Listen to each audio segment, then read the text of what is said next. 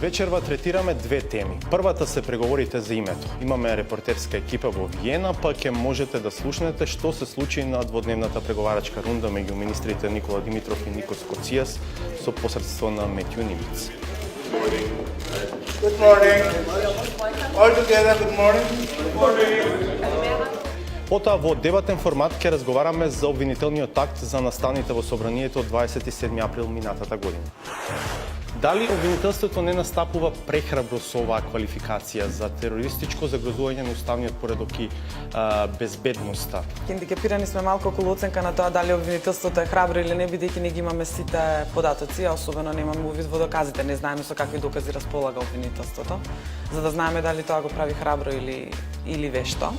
Да не испадне дека луѓето не знаеле што прават, тој ден со самиот факт што човекот влегол во собрание, тоа веќе покажува акт на насилство. Дали сум јасна? Значи, не е некој што од страна поттикнувал нешто друго правел. Не значи, можете така да ги гледате работите, поготово не за да се стави на нечи товар вакво кривично дело. Меѓутоа, тоа е тешка работа, например, дали биле само да завршам. ниту имале дозвола да влезат. Како Како испадна тие во исклучиво собрание? од аспект на одбрана на мојот клиент.